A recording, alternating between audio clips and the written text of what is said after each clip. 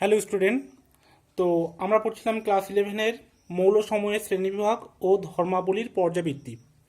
তো সেখানে আমরা পারমাণবিক ব্যাসার্ধ সম্পর্কে পড়ছিলাম এবং সেখানে আমরা সমযোজী ব্যাসার্ধ, ভ্যান্ডার ওয়াল ব্যাসার্ধ, ধাতব ব্যাসার্ধ এই তিনটে সম্পর্কে আলোচনা করেছি এবং এদের কিছু এক্সেপশনাল কেস পড়াছিলাম, ঠিক আছে। তো সেখানে আমরা পিরিয়ড প্রথম পর্যায়ে আর দ্বিতীয় পর্যায় সম্পর্কে বলেছিলাম।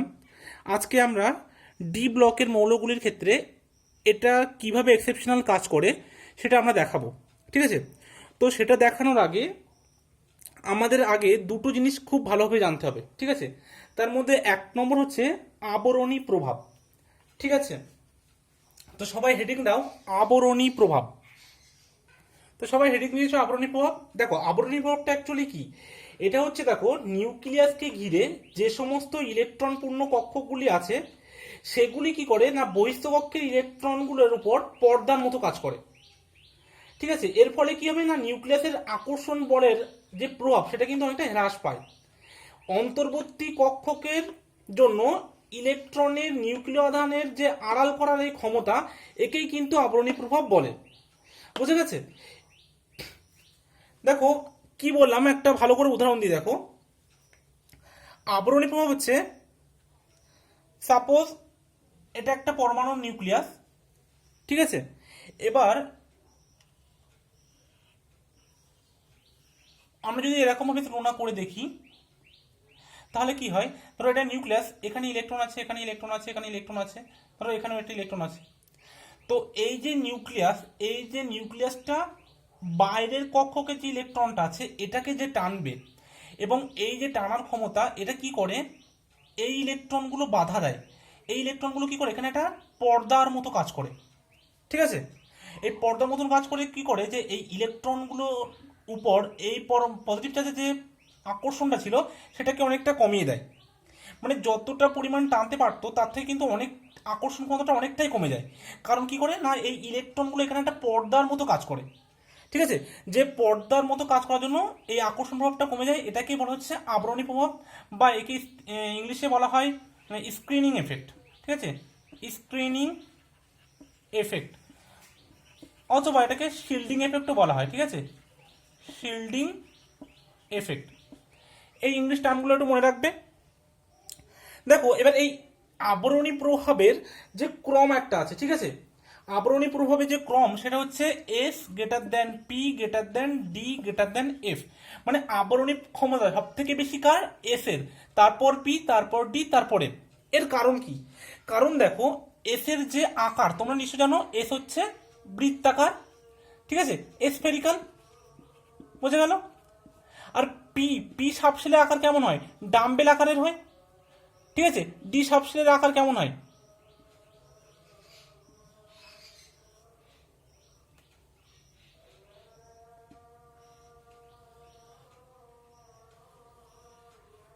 ঠিক আছে, 4 ফোল্ডেড। আর এফ সাবশেলে কেমন হয়, 8 ফোল্ডেড, ঠিক আছে, এটা আরো জটিল আকার। যার ফলে কি হয় এই যে এস সাবশেলটা আছে এই এস সাবশেলটা কিন্তু এই যে নিউক্লিয়াস আছে একে বেশি করে ঘিরে রাখতে পারে, ঠিক আছে। এবং বেশি করে ঘিরে রাখার জন্য এ বেশি আবরণী প্রভাব তৈরি করে, যার ফলে বাইরের ইলেকট্রনের প্রতি আকর্ষণ সব থেকে কমে যায়।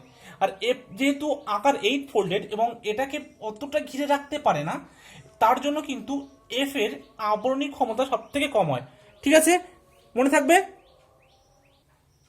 তাহলে পি সাবশেলের পি উপকৃত আকৃতি কেমন, ডাম্বেল। ডাম্বেল নিশ্চয়ই তোমরা দেখেছো, যেটা দিয়ে আমাদের আর জিম করি, ঠিক আছে, ঠিক সেরকম দেখতে পি সাবশেলের, এবং ডি এর এরকম দেখতে হয়, ঠিক আছে। আর এটা হচ্ছে 8 ফোল্ড, এটা হচ্ছে 4 ফোল্ড, এটা হচ্ছে 8 ফোল্ড। এর আকারটা অনেকটাই জটিল, যার জন্য এটা এখানে দেখানো হচ্ছে না, ঠিক আছে। এবং এই যে আবরণী প্রভাব এটা কিন্তু খুব খুব ইম্পর্টেন্ট। তোমাদের ক্লাস 11 বলো, ক্লাস 12 বলো, এরপর থেকে যত জায়গাতে যাবে এই আবরণী প্রভাব কিন্তু খুব ইম্পর্টেন্ট। তো একবার আরও বলছি আমি, যদি সেখানে না বোঝা যায় তাহলে কি করবে, ভিডিওটা আবার দেখবে। দেখো কি বললাম, যে এই ইলেকট্রনগুলো কি করে বাইরের কক্ষের ইলেকট্রনের থেকে এই যে নিউক্লিয় চার্জ আছে, নিউক্লিয়াসের চার্জ, এটাকে একটা পর্দার মতো আড়াল করে রাখে। যার ফলে কি হয় এই বাইরের ইলেকট্রনটাকে অত ভালোভাবে টানতে পারে না, ঠিক আছে। সেটা হচ্ছে কিন্তু আবরণী প্রভাব। এবার যেহেতু এস এর আকার সুষম গোলাকার, ঠিক আছে, স্পেরিক্যালি সিমেট্রিক্যাল, সুষম গোলাকার হওয়ার জন্য কি হয়, এই যে নিউক্লিয় চার্জটাকে ওরা ভালোভাবে ঘিরে রাখতে পারে, যার জন্য কি হয়, ওরা বাইরের ইলেকট্রনটাকে অতটা পরিমাণে আকর্ষণ করতে পারে না। কিন্তু যেহেতু এফ বা ডি এদের কি হয়, এদের আকার তো খুবই খারাপ, এরা কিন্তু এরকম সুষম গোলাকার না হয়, এদের আকৃতি এরকম ফোর ফোল্ডেড হওয়ার জন্য এই নিউক্লিয় চার্জটাকে ওরা চতুর্দিক থেকে ঘিরে রাখতে পারে না, যার জন্য এদের আবরণী প্রভাব কিন্তু এই এস বা পি এর অপেক্ষা অনেকটাই কম। ঠিক আছে, এই যে ইলেকট্রনের দ্বারা এই নিউক্লিয় চার্জটাকে যে ঘিরে রাখার যে প্রভাব, ঠিক আছে, সেটা হচ্ছে কিন্তু আবরণী প্রভাব। বুঝে গেল? সাপোজ ধরো এটা 3 নম্বর সেল, এটা 4 নম্বর সেল, ঠিক আছে। তো এই 3 নম্বর কক্ষ দ্বারা 4 নম্বর কক্ষের যে এই ইলেকট্রনটাকে এই যে আড়াল করার যে ক্ষমতা, ঠিক আছে, এই আড়াল করার ক্ষমতাটাকে কিন্তু বলা হয় আবরণী প্রভাব। ঠিক আছে, এই যে নিউক্লিয় যে আধান আছে, এই নিউক্লিয় আধানকে কিন্তু আড়াল করছে এই 4 নম্বর ইলেকট্রনের, এটাই যে সেটা হচ্ছে আবরণী প্রভাব। ঠিক আছে, কিছু আরো এক্সাম্পল দিতে আরো ভালো বোঝা যাবে। দেখো এগুলো পরপর কিন্তু আসবে এক্সাম্পলগুলো, এরপরে আমরা যেটা লিখবো সেটা হচ্ছে ল্যান্থানয়েড সংকোচন। ঠিক আছে, তো সবাই হেডিং দাও ল্যান্থানয়েড সংকোচন। তো সবাই হেডিং দিয়েছো ল্যান্থানয়েড সংকোচন। দেখো ল্যান্থানয়েড সংকোচনটা কি বলি হয় ভালো করে বুঝবে, এটাও কিন্তু খুব ইম্পর্টেন্ট। ঠিক আছে, পরীক্ষায় কিন্তু খুবই আসে, ভেরি ভেরি ইম্পর্টেন্ট। ইলেকট্রনগুলো কিভাবে পড়তে হয়, প্রথমে বলেছি এনএসএ, তারপর হচ্ছে n-2fa, তারপর হচ্ছে n-1dতে, তারপর npতে। আমি কিন্তু এটা পড়িয়েছিলাম, ঠিক আছে, যে ইলেকট্রনিক মানে কনফিগারেশন, ঠিক আছে, ইলেকট্রন বিন্যাসের ক্ষেত্রে আমি দেখিয়েছিলাম। তো দেখো ল্যান্থানাইড সংকোচন কোথায় হয়, ল্যান্থানাইড মৌলগুলো কোন ব্লকের মৌল, এফ ব্লকের মৌল, এটা তো জানো। ঠিক আছে, এফ ব্লকে কি কি থাকে, একটা ল্যান্থানয়েড, একটা অ্যাক্টিনয়েড, ল্যান্থানয়েড সিরিজ আর অ্যাক্টিনয়েড সিরিজ তোমাদেরকে পড়িয়েছি। সাপোজ ধরো এখানে সব থেকে বাইরের কক্ষ কোনটা, এটা হচ্ছে এনএস, ঠিক আছে, এটা হচ্ছে বাইরের কক্ষ। এবার দেখো যদি এফ এ ইলেকট্রন প্রবেশ করতে হয় তাহলে কি হবে, ধরো সাপোজ আমি মানছি যে n=4, তাহলে 4s টা হচ্ছে সব থেকে বাইরের কক্ষ, তাহলে 4s টা যদি বাইরের কক্ষ হয়, এটা আমি কিন্তু ধরে নিচ্ছি, তাহলে দেখো এফটা কত যাবে, এফটা হবে কত, দেখো 4-2, তার মানে কত হচ্ছে, এন এর জায়গায় নিয়েছি 4, যেহেতু n=4 মানে 2f, যেহেতু 2f হয় না তবু আমি এখানে ধরে নিয়েছি। ঠিক আছে, 2f যদিও হয় না, এটা কিন্তু আমি একটা সুবিধার জন্য ক্যালকুলেশন হিসেবে জন্য ধরে নিয়েছি। ঠিক আছে, তো দেখো ইলেকট্রন সব থেকে বাইরে কক্ষ, ধরো এটা নিউক্লিয়াস, তাহলে এখানে ধরো এরকম ভাবে আছে, এটা ধরো 1 1 নম্বর সেল, এটা 2 নম্বর, এটা 3 নম্বর, এটা 4 নম্বর। তো এখানে ধরো 4s আছে, আর এখানে ধরো এই 2fটা এখানে আছে সাপোজ। ঠিক আছে, এটা কিন্তু ধরে নিয়েছি। তাহলে দেখো আমি একটু আগে কি বললাম, যে যারা এফ আবরণী প্রভাব কেমন বললাম, এস সব থেকে বেশি আর এফ এর সব থেকে আবরণী প্রভাব কম। ঠিক আছে, এস তারপর পি তারপর ডি তারপর এফ, তাহলে এফ এর আবরণী প্রভাব সব থেকে কম। তাহলে এই যে নিউক্লিয়াস আছে, এই যে এফ সেলটা আছে, তাহলে এই এফ সেল কি, এসে যদি ইলেকট্রন থাকে তাহলে কি এই ইলেকট্রনটাকে অতটা আড়াল করতে পারবে, নিশ্চয়ই পারবে না অতটা, কারণ আমি বলেছি যে এফ এর আকার অনেকটা জটিল, 8 ফোল্ডেড, যার জন্য কি হয় এই নিউক্লিয় চার্জটাকে, এই যে নিউক্লিয়াসের যে চার্জ আছে, এই নিউক্লিয় চার্জটাকে অতটা আড়াল করতে পারবে না, যার ফলে কি হবে, এই যে নিউক্লিয় চার্জ আছে এর কিন্তু এই বাইরের কক্ষে ইলেকট্রনটাকেও কিছুটা হলে টানবে, এবং টানার জন্য কি হবে, এর যে আকারটা প্রকৃতপক্ষে হওয়ার কথা ছিল, ভালো করে শুনবে কথাগুলো, এই আকারটা প্রকৃতপক্ষে যা হওয়ার কথা ছিল তার থেকে অনেক ছোট হয়। কারণ কি না, এর কিছুটা সংকোচন ঘটে। ঠিক আছে, সংকোচন ঘটে দেখা যায় স্ট্রাকচারটা এরকম চলে আসলো। ঠিক আছে, কিছুটা হলেও সংকোচন ঘটে। কিসের জন্য সংকোচন ঘটছে না, এই এফ অরবিটালের জন্য, যেহেতু এফ অরবিটালের আবরণী প্রভাব অনেক কম, তার জন্য এই সংকোচনটা ঘটছে। তাই এই ল্যাংথানাইড সংকোচনকে অনেক সময় এফ সংকোচনও বলা হয়। এবং এটা কি জন্য ঘটছে এফ সংকোচনটা, এফ সংকোচন এই জন্য ঘটছে কারণ এফ এর আবরণী প্রভাব অনেক কম। ঠিক আছে, এটাই হচ্ছে ল্যান্থানাইড সংকোচন। ল্যান্থানিড মৌলগুলির যে ইলেকট্রন ছিল সেগুলো কি হয়, n-2f অরবিটালে কিন্তু প্রবেশ করে, যেটা বাইরের অরবিটাল হয় তার থেকে দুটো কক্ষ আগে প্রবেশ করে, এবং সেই দুটো কক্ষ কি নিউক্লিয়াসের অনেক কাছে আছে, এবং তারা চেষ্টা করে বাইরের কক্ষে ইলেকট্রনটাকে আড়াল করে রাখতে। কিন্তু এফ এর আবরণী ক্ষমতা যেহেতু কম, তার জন্য কি হয়, এই নিউক্লিয়াস বাইরে কক্ষে ইলেকট্রনটাকেও টানে, যার ফলে কি হবে, এর আকারের কিছুটা সংকোচন ঘটবে, ব্যাসার্ধে কিছু সংকোচন ঘটবে। এই যে সংকোচন, একেই কিন্তু বলা হচ্ছে ল্যান্থানের সংকোচন।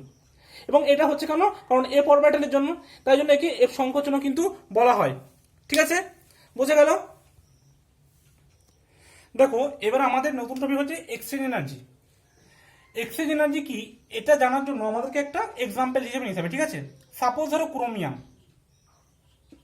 ক্রোমিয়ামের অ্যাটমিক নাম্বার, পরমাণু ক্রমাঙ্ক সবাই আমরা জানি 24। ঠিক আছে, তো যদি আমরা এদেরকে ইলেকট্রন বিন্যাস করি তাহলে কি দাঁড়াবে, দেখো 1s2, 2s2, 2p6, 3s2, 3p6, 4s2, 3d4।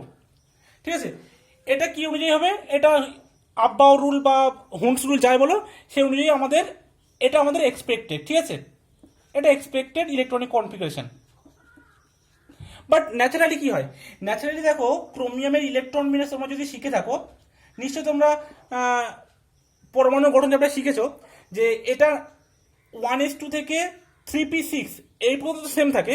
তারপরে এখানে কি হয়, 4s1, 3d5। কি জন্য, নিশ্চয়ই তোমরা জানবে যে তোমরা এতদিন জেনে এসছো যে হাফ ফিল্ড বা ফুল ফিল্ড, ঠিক আছে, মানে পূর্ণ বা অর্ধপূর্ণ কক্ষ বেশি সুস্থিত হয়। ঠিক আছে, পূর্ণ বা অর্ধপূর্ণ বেশি সুস্থিত হয়। ঠিক আছে, এবার এটা কেন হয় তার কারণ কি আমরা জানি। দেখো তার কারণটাই হচ্ছে এক্সচেঞ্জ এনার্জি। দেখো এখানে কি আছে, এর ইলেকট্রন বিন্যাস যদি দেখি, এস এ দুটো আছে, তাহলে এসে আমরা কি জানি, একটা সেল থাকে, একটাই কক্ষ থাকে যেখানে দুটো ইলেকট্রন থাকে। আর ডি থাকে কটা, 5টা, 1 2 3 4। ঠিক আছে, তো এখানে ডিতে আছে কটা ইলেকট্রন, 4টে, তো আমরা সাজাবো 1 2 3 4। এবার দেখো এক্ষেত্রে এক্সচেঞ্জ এনার্জিটা ক্যালকুলেট করবো, আর এখানে এক্সচেঞ্জ এনার্জি ক্যালকুলেট করবো। ঠিক আছে, এখানে দেখো এস এ একটা আছে, আর ডিতে কটা আছে, ডিতে 5টা, 1 2 3 4, 1 2 3 4 5।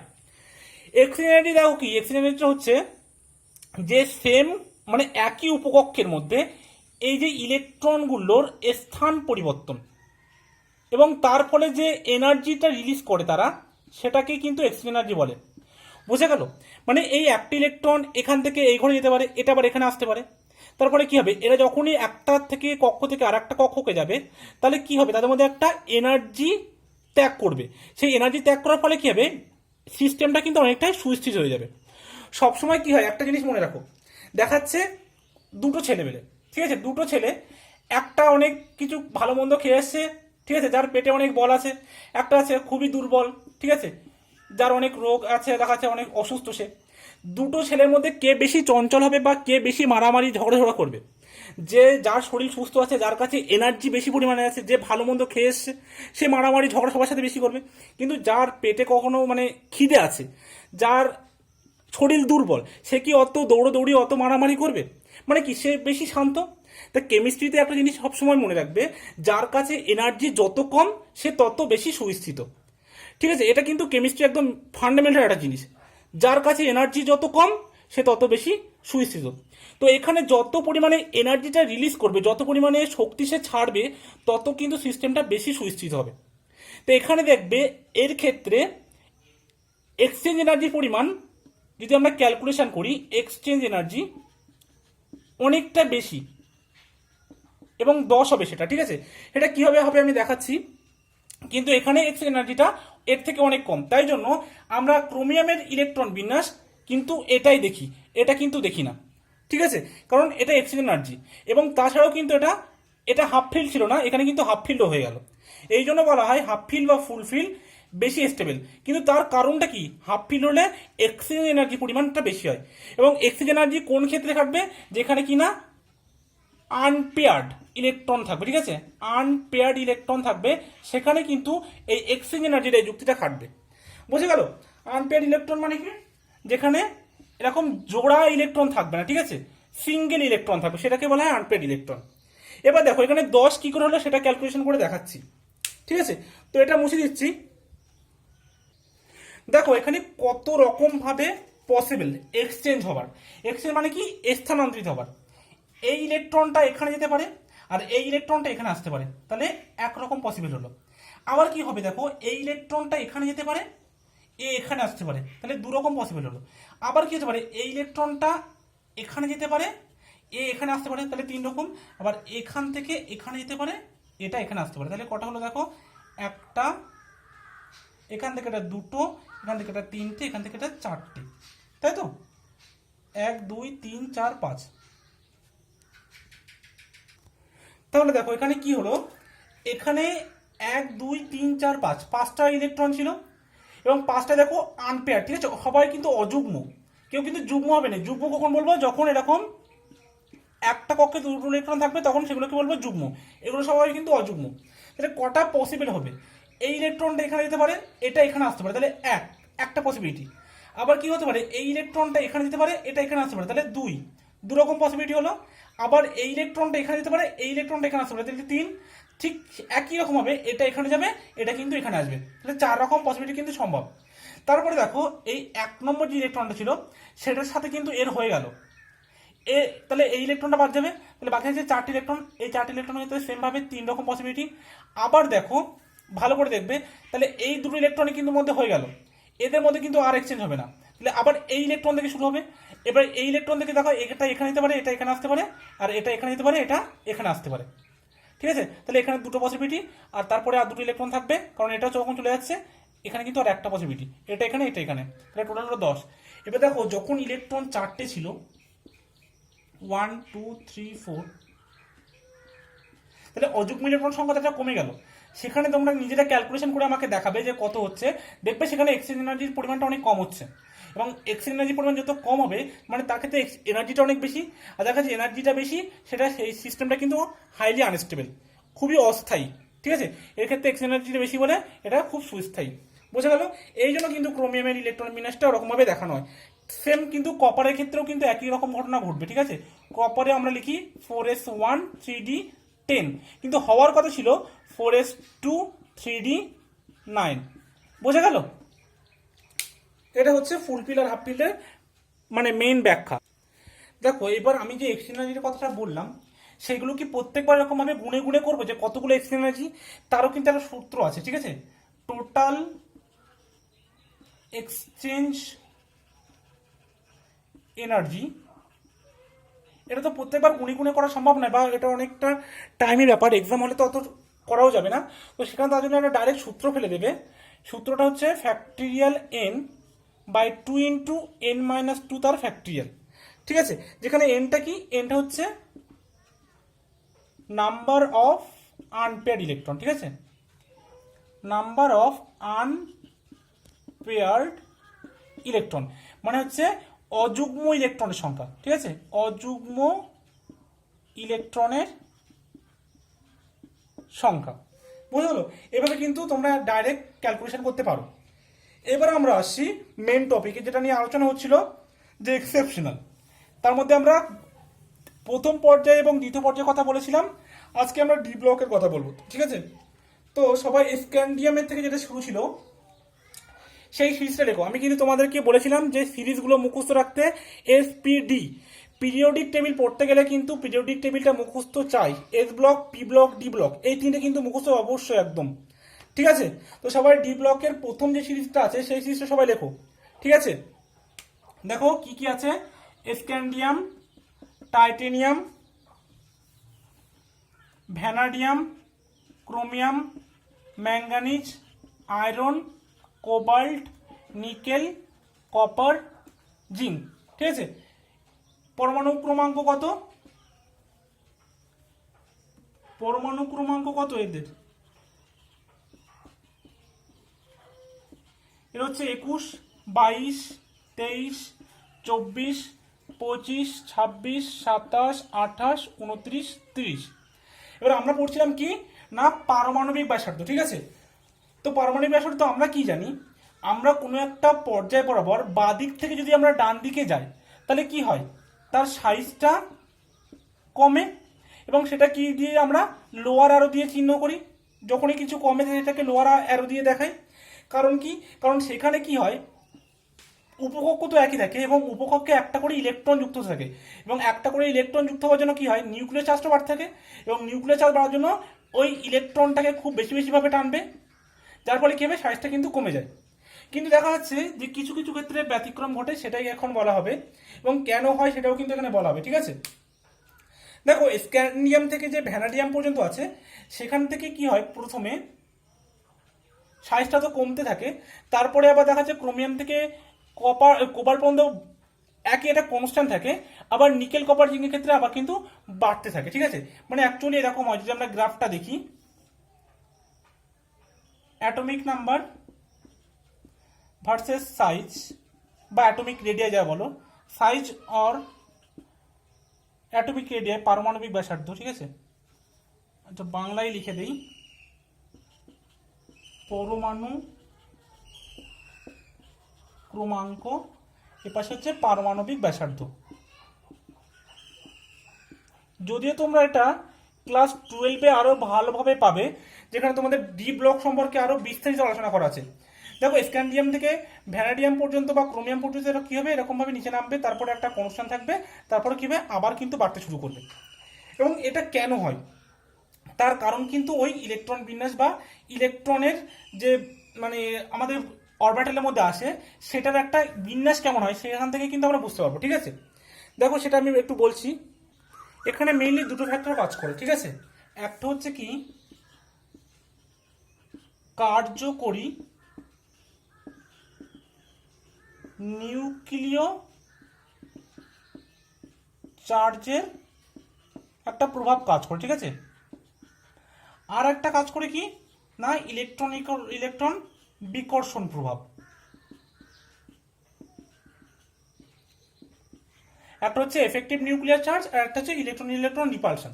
দেখো কি হচ্ছে এখানে, যখন আমরা স্ক্যান্ডিয়াম থেকে ভ্যানাডিয়াম বা ক্রোমিয়াম পর্যন্ত যাচ্ছি, ঠিক আছে, তখন কি হয়, ধরো এখানে এটা নিউক্লিয়াস। ঠিক আছে, এবং কি হচ্ছে এখানে এই ছেলে ইলেকট্রনগুলো আসছে।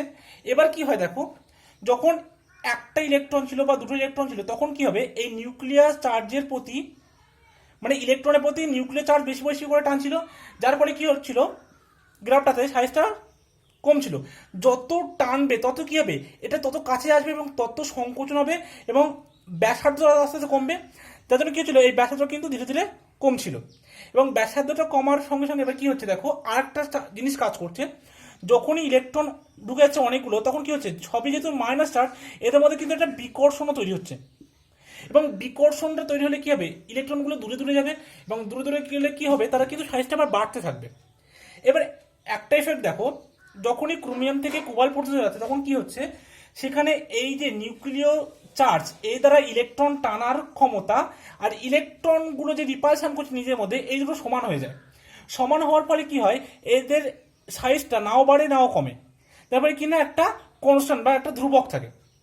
তারপরে কি হয়, যখন অনেকগুলো ইলেকট্রন চলে আসে, ঠিক আছে, তখন কি হয়, এই নিউক্লিয় চার্জের পরিমাণটা একটু কমে যায়, এবং এদের মধ্যে যে বিকর্ষণ ক্ষমতা, এটা অনেকটা বেড়ে যায়। আর বিকর্ষণ ক্ষমতা যত বাড়বে, তত কিন্তু এদের দূরে দূরে চলে যাবে, এবং সাইজটা একটু হলে বেড়ে যাবে। ঠিক আছে, যেটা নিকেল কপার জিঙ্কের ক্ষেত্রে হচ্ছিল। বোঝা গেল কি বললাম, যে যখন নিউক্লিয় চার্জ দুটো ইলেকট্রন ছিল বা একটা ইলেকট্রন ছিল বা তিনটে ইলেকট্রন ছিল, তখন কিন্তু খুব বেশি বেশি টানছিল। সেখানে ইলেকট্রন একটা এটা ধরো একটা, সাপোজ ধরো এটা পি সাবশেল বা এস সাবশেল, যাই হোক, যেহেতু অনেক বড় কক্ষ, ডি মানে ধরো পি আছে এখানে, সাপোজ পি, তো সেখানে কি হবে, ইলেকট্রন যখন তিনটে ছিল তখন অনেক ফাঁকা ফাঁকা ছিল। তারপরে কি হচ্ছিল, এই যে নিউক্লিয় চার্জ ইলেকট্রনের সাথে সমান ছিল এবং সমান পরিমাণে টানছিল, যেখানে বিকর্ষণটা একটু কম ছিল।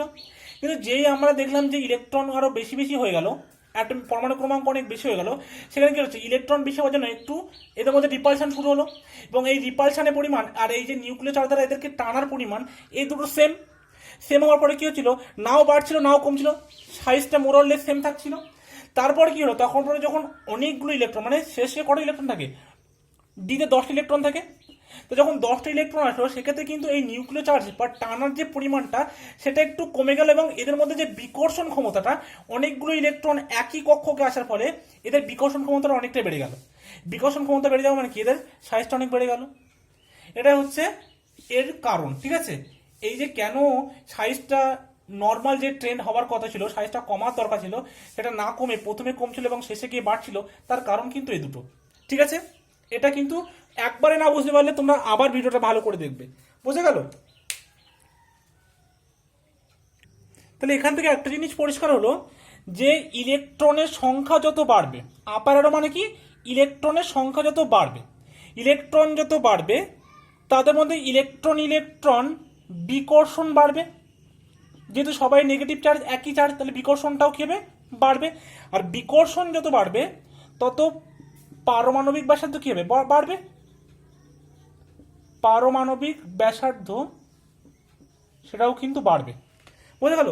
যখন জিঙ্কের ক্ষেত্রে 10টা ইলেকট্রন ছিল, সেখানে ইলেকট্রন ইলেকট্রন বিকর্ষণটা অনেক বেশি, যার জন্য কিন্তু ওই পারমাণবিক ব্যাসার্ধটা আবার বেড়ে যাচ্ছে। বোঝা গেল? তাহলে আমরা এটা ডি ব্লকের পর্যায় বরাবর দেখলাম। এবার আমরা দেখব যে ডি ব্লকের শ্রেণী বরাবর কিভাবে আকারের পরিবর্তন হয়। ঠিক আছে, পরমাণুর ব্যাসার্ধ কিভাবে পরিবর্তিত হয় কোন একটা শ্রেণী বরাবর। তো লেখো শ্রেণী বরাবর পরমাণুর ব্যাসার্ধের পরিবর্তন। দেখো সবাই নিশ্চয়ই হেডিং দিয়েছে যে শ্রেণী বরাবর পরমাণু আকারের পরিবর্তন। আমরা কি জানি, কোনো একটা শ্রেণী বরাবর যদি আমরা টপ টু বটমে যাই, ঠিক আছে, মানে উপর থেকে যদি নিচে যাই, তাহলে কি হবে, নাম্বার অফ সেল বাড়ে, উপকক্ষ বাড়ে। যেখানে হাইড্রোজেন ছিল এখানে একটা, যেখানে লিথিয়াম ছিল সেখানে দুটো, তিনটে, চারটে, এরকমভাবে সেল বাড়তে থাকে। এবার যত উপকক্ষ যত বাড়বে তত কি হবে, সাইজ তত বেড়ে যাবে। কিন্তু আমরা এটা পড়ছি ডি ব্লকের ক্ষেত্রে, দেখো কি হয়। তাহলে নর্মালি কি বললাম, যদি আমরা কোনো একটা পর্যায় বরাবর বাঁদিক থেকে ডান দিকে যাই তাহলে পরমাণুর আকারটা কমে, কিন্তু যদি কোনো একটা শ্রেণী বরাবর উপর থেকে নিচে যায় তাহলে পরমাণুর আকার বৃদ্ধি পায়। ঠিক আছে, কিন্তু ব্যতিক্রম যে ক্ষেত্রে হয়, দেখো ডি ব্লকের ক্ষেত্রে আমরা পড়ছিলাম, ডি ব্লকের ক্ষেত্রে ধরো যেটা 4D সিরিজ আর 5D সিরিজ মেইনলি, ঠিক আছে, এখান থেকে কোশ্চেনটা আসে। যেমন ধরো 4Dতে yttrium lanthanum, zirconium হফনিয়াম, niobium tantalum. ঠিক আছে, এই যে এইগুলোর ক্ষেত্রে দেখো আমি কি বলেছিলাম যে ল্যান্থানামের পর থেকে কি হয়ে যায়, ল্যান্থানাইট সংকোচন শুরু হয়, বা এফ সংকোচন, যেটা একটু আগে তোমাদেরকে পড়ালাম। এফ সংকোচনের দরুন কি হয়, এই হফনিয়াম এর আকার যা হবার কথা ছিল তার থেকে কিন্তু অনেকটাই কমে যায়।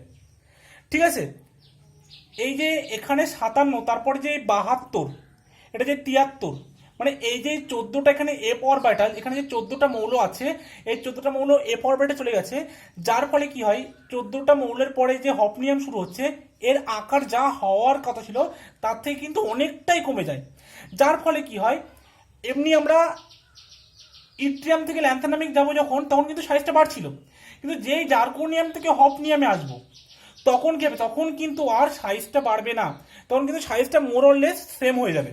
নায়োবিয়াম থেকে ট্যান্টালামের ক্ষেত্রেও একদম সেমই, সাইজটা কিন্তু অত আর বাড়বে না, মোর অর লেস সেম থেকে যাবে। তার কারণ কি, যদি পরীক্ষায় বলে যে জার্কোনিয়াম আর হফনিয়ামের সাইজ মোটামুটিভাবে একই কেন, তাহলে তোমাকে বলতে হবে যে এই ল্যান্থানের সংকোচন বা অ্যাপ সংকোচনের দরুন হফনিয়ামের আকার যতটা বৃদ্ধি হওয়ার কথা ছিল, এই এফ অরবিটালের যেহেতু তোমার ওই আবরণী প্রভাব অনেকটাই কম, যার ফলে ওখানে এফ সংকোচন ঘটে, এবং এফ সংকোচনের দরুন হফনিয়ামের আকার যতটা বৃদ্ধি হওয়ার কথা ছিল ততটা না হয়ে অনেকটাই কমে যায়, যার ফলে জার্কোনিয়াম আর হফনিয়ামের সাইজটা মোটামুটি একই রকম থাকে। ঠিক আছে, কার জন্য না, ল্যান্থানের সংকোচন বা এফ সংকোচনের জন্য। বোঝা গেল? তাহলে বোঝা গেল কি বললাম, যে ইট্রিয়াম থেকে যখন ল্যান্থানামে যাবো তখন কিন্তু সাইজটা কমছে। ঠিক আছে, মানে ইট্রিয়ামের সাইজ ল্যান্থানামের থেকে বেশি, ল্যান্থানামের বেশি, ইট্রিয়ামের কম। ঠিক আছে, কিন্তু জার্কোনিয়াম আর হফনিয়ামের ক্ষেত্রে সাইজটা কিন্তু মোরলেস সেম, মোরলেস সেম। ঠিক আছে, তার কারণ হচ্ছে এফ সংকোচন। এবারে আমরা হেডিং দেবো যে আয়নীয় ব্যাসার্ধ। এতক্ষণ আমরা পড়ছিলাম সমযোজী ব্যাসার্ধ, ভ্যান ডার ওয়াল ব্যাসার্ধ, ঠিক আছে, এবং ধাতব ব্যাসার্ধ পড়েছি। এবার পড়বো আমরা আয়নীয় ব্যাসার্ধ। সবাই হেডিং দাও আয়নীয় ব্যাসার্ধ। দেখো আয়নীয় ব্যাসার্ধ মানে কি, যে কোনো একটা আয়নের ব্যাসার্ধ। এবার দেখো একটা মেটাল সে যখন একটি ইলেকট্রন ছেড়ে দেবে, দিয়ে দিলে সে কি হবে, ক্যাটায়নে পরিণত হবে। এটাকে কি বলে, ক্যাটায়ন। আর একটা মেটাল যখন একটা ইলেকট্রন গ্রহণ করবে তখন সে কি হবে, অ্যানায়ন হবে, তাই তো। এবার কি বলেছি আমি, দেখো যেখানে ইলেকট্রন বেশি থাকে, সাপোজ এটা হচ্ছে নর্মাল শুধু একটা মেটাল, এইবার দেখো, এটা নর্মাল মেটাল, এটা হচ্ছে ক্যাটায়ন, এটা হচ্ছে অ্যানায়ন। যেখানে ইলেকট্রন বেশি থাকে সেখানে কি হয়, রিপালশন সবসময় বেশি হয়। এবার যেখানে ইলেকট্রন রিপালশন বেশি হয় সেখানে আমি একটু আগে কি বললাম, তার সাইজটা কি হবে, তার যে সাইজ বা যে ব্যাসার্ধ, ঠিক আছে, তাহলে কি হবে, অ্যানায়নের ক্ষেত্রে কিন্তু অনেক বেশি হবে। কিন্তু ক্যাটায়নের ক্ষেত্রে কি হবে, ক্যাটায়নের ক্ষেত্রে দেখো যে ইলেকট্রন কমে যাবে, ইলেকট্রন কমলে কিন্তু নিউক্লিয়ার চার্জের পরিমাণ কমছে না, প্রোটন কিন্তু সেম থাকছে। যার ফলে কি হবে, ওই যে ইলেকট্রনের সংখ্যা কমে যাবার দরুন নিউক্লিয়াস দ্বারা ও আরো বেশি বেশি ভাবে আকৃষ্ট হবে, এবং বেশি বেশি আকৃষ্ট হওয়ার দরুন কি হবে, এর সাইজটা কিন্তু আরো অনেকটাই কমে যাবে। ঠিক আছে, তাহলে ক্যাটায়নের আকারটা কিন্তু কমে যাবে। আর অ্যানায়নের আকারটা যা ছিল তার থেকে কি হবে, যেহেতু ইলেকট্রন সংখ্যা একটা বেড়ে গেল, তারপরে কিন্তু প্রোটন কি হবে, ওই একই ইলেকট্রন মানে যত সংখ্যক ইলেকট্রন ছিল তার থেকে ইলেকট্রন সংখ্যা বেশি হওয়ায় অত কিন্তু টানবে না, ইলেকট্রনের প্রতি নিউক্লিয়ার চার্জের আকর্ষণ ক্ষমতা একটু কমে যাবে। তাছাড়া আরও একটা ফ্যাক্টর, সেটা হচ্ছে বিকর্ষণ ক্ষমতা। ইলেকট্রনের মধ্যে একটা বিকর্ষণ ক্ষমতা বেড়ে যাবে, যার ফলে অ্যানায়নের সাইজটা অনেক বেড়ে যাবে। ঠিক আছে, তাহলে আকারের অর্ডারটা হবে অ্যানায়নের সব থেকে বেশি, ক্যাটায়নের সব থেকে কম, আর যেটা পরমাণু সেটা হচ্ছে মাঝে থাকবে। ঠিক আছে, তাহলে পরমাণুর থেকে অ্যানায়নের আকারটা বড় আর ক্যাটায়নের আকারটা ছোট, এটা কিন্তু মনে রাখবে। ঠিক আছে, এবং যে কোনো একটা পর্যায় বরাবর আমরা যদি বাঁ দিক থেকে ডান দিকে যাই তাহলে কি হবে, অ্যাটমিক রেডিয়াস, ঠিক আছে, পারমাণবিক আয়নীয় ব্যাসার্ধটা কিন্তু কমবে। আয়নীয় ব্যাসার্ধটা কি হবে, আয়নীয় ব্যাসার্ধ কমবে। আর যদি কোনো একটা গ্রুপ বরাবর যায় তার উল্টোটা হবে, আয়নীয় ব্যাসার্ধটা বাড়বে। ঠিক আছে, আয়নীয় ব্যাসার্ধ বাড়বে। কারণ কি হচ্ছে দেখো, আমরা